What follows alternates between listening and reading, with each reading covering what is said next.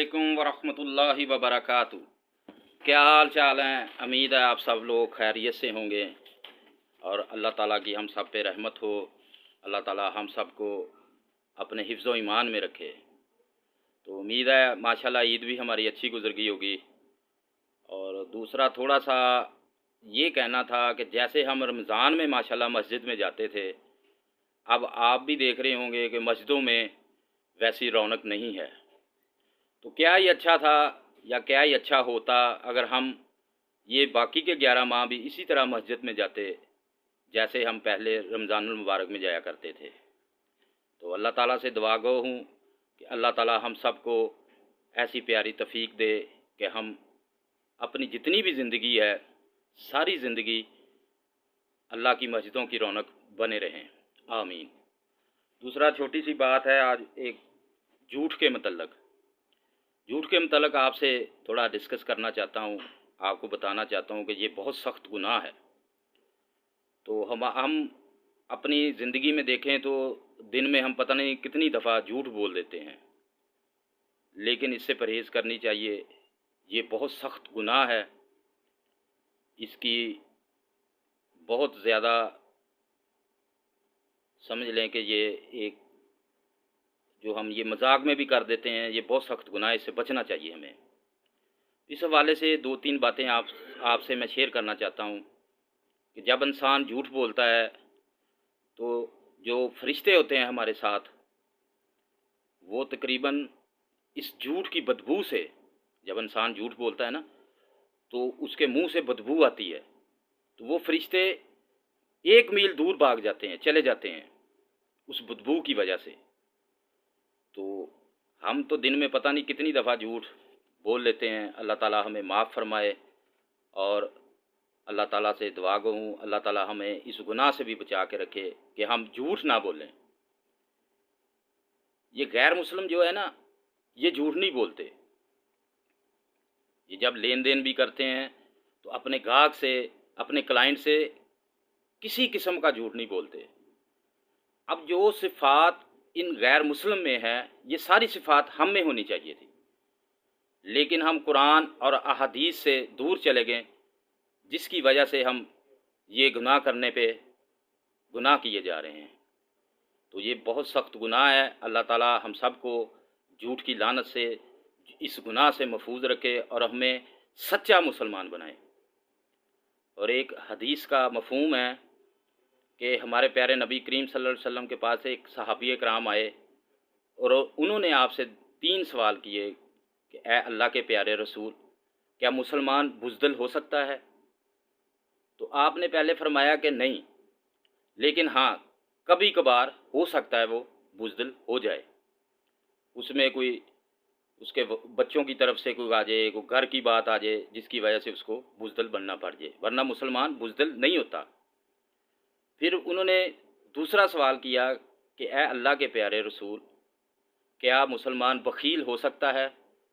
तो आपने फरमाया हाँ कभी कभी हो सकता है।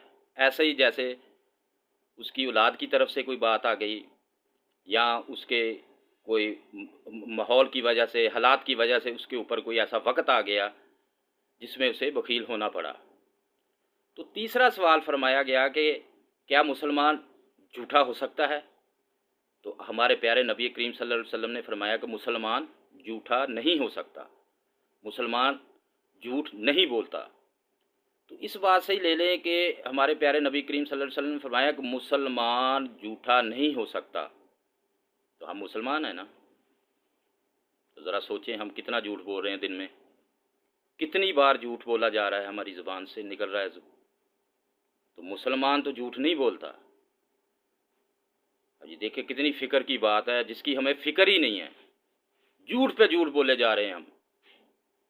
लेन देन में, घर बार में, ऑफिस में, कारोबार में, हर जगह हम झूठ बोले जा रहे हैं।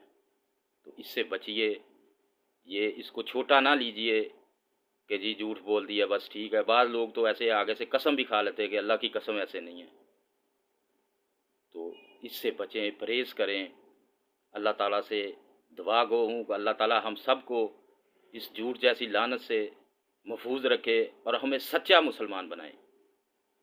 یہ جو اب دور جا رہا ہے نا، ایک واقعہ یاد آ گیا مجھے کہ مفہوم ہے کہ ایک وقت تھا جب ایک مسلمان ہزار غیر مسلم پہ بھاری تھا. جب وہ نعرہ لگاتا تھا نا اللہ اکبر، تو وہ 1000 غیر مسلم بھاگ جاتا تھا. اب یہ وقت وہ آ رہا ہے، یہ قیامت کی نشانیوں میں بھی سی ہے کہ اگر 1000 مسلمان بھی ہوگا سامنے ایک غیر مسلم ہوگا نا، تو وہ 1000 مسلمان کو بھگا دے گا ایک غیر مسلم. تو اس کی وجہ کیا ہے؟ یہی ہے کہ ہم قرآن سے دور ہو گئے، دین سے دور ہو گئے. ہماری جتنی بھی کوشش ہے وہ یہی ہے کہ ہم پیسہ کما لیں، خواہ وہ حلال کا ہو حرام کا ہو. یہ بھائی گاڑی میں گھوم رہا ہے، میں کیوں نہیں گاڑی میں گھوم رہا؟ ان چیزوں نے ہمیں برباد کر دیا ہے. یہ حسد کہہ لیں اس کو یا لالچ کہہ لیں اس کو. تو برائے مہربانی میری آپ سب بہن بھائیوں سے درخواست ہے کہ جھوٹ سے پرہیز کریں، کوشش کریں کہ اپنی زندگی میں سچ ہی بولنا ہے. کیوں؟ مسلمان جھوٹ نہیں بولتا. تو ہم الحمدللہ اپنے پیارے نبی کریم کے غلام بھی ہیں، امتی بھی ہیں، اللہ کو ماننے والے ہیں. تو ہم مسلمان ہیں، تو اللہ تعالیٰ ہمیں مسلمان ہی پیدا کیا ہے اور مسلمان ہی کی حالت میں، ایمان کی حالت میں ہی اپنے پاس بلا لے. اور اگر ہم جھوٹ پہ جھوٹ بولتے گئے تو ہم تو مسلمان ہی نہیں رہے. پھر بے شک ہم نمازیں پڑھ رہے ہیں، زکوٰۃ دے رہے ہیں، حج عمرہ کر رہے ہیں، کوئی فائدہ نہیں اس کا. کیوں؟ مسلمان جھوٹ نہیں بولتا.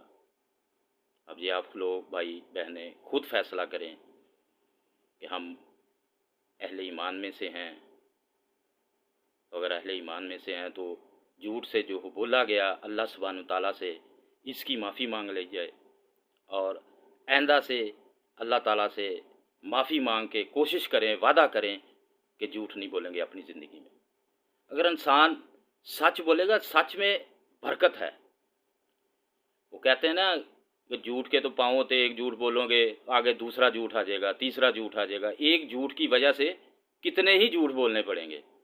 تو اگر ایک دفعہ سچ بول دیا کیا ہو جائے گا؟ زیادہ سے زیادہ قتل ہی کر دے گا نا، یا آپ کو جاب سے نکال دے گا، یا آپ سے ملنا جلنا چھوڑ دے گا. تو ایک چھوٹا سی بات ہے، امام علی مقام حضرت امام حسین علیہ السلام فرماتے ہیں کہ اگر زندگی میں موت ہی ہے، اگر انسان نے مرنا ہی ہے تو اللہ کی راہ میں کیوں نہ مرا جائے، شہید ہوا جائے. تو یہ بھی ایسی بات ہے. کوشش کریں کہ جھوٹ نہ بولا جائے، اپنی زندگی کو سچ کی راہ پہ لے کے آئیں، اسی میں برکت ہے. اگر ہم کم بھی کما رہے ہیں تو اللہ سبحانہ تعالیٰ اپنی رحمت سے اس میں برکت فرما دیں گے، اور اس میں بھی ہماری سیونگ ہو جائے گی. آمین. اللہ تعالیٰ ہم سب کو جھوٹ سے نجات دے اور سچ بولنے کی توفیق عطا فرمائے. السلام علیکم ورحمۃ اللہ وبرکاتہ. جزاک اللہ.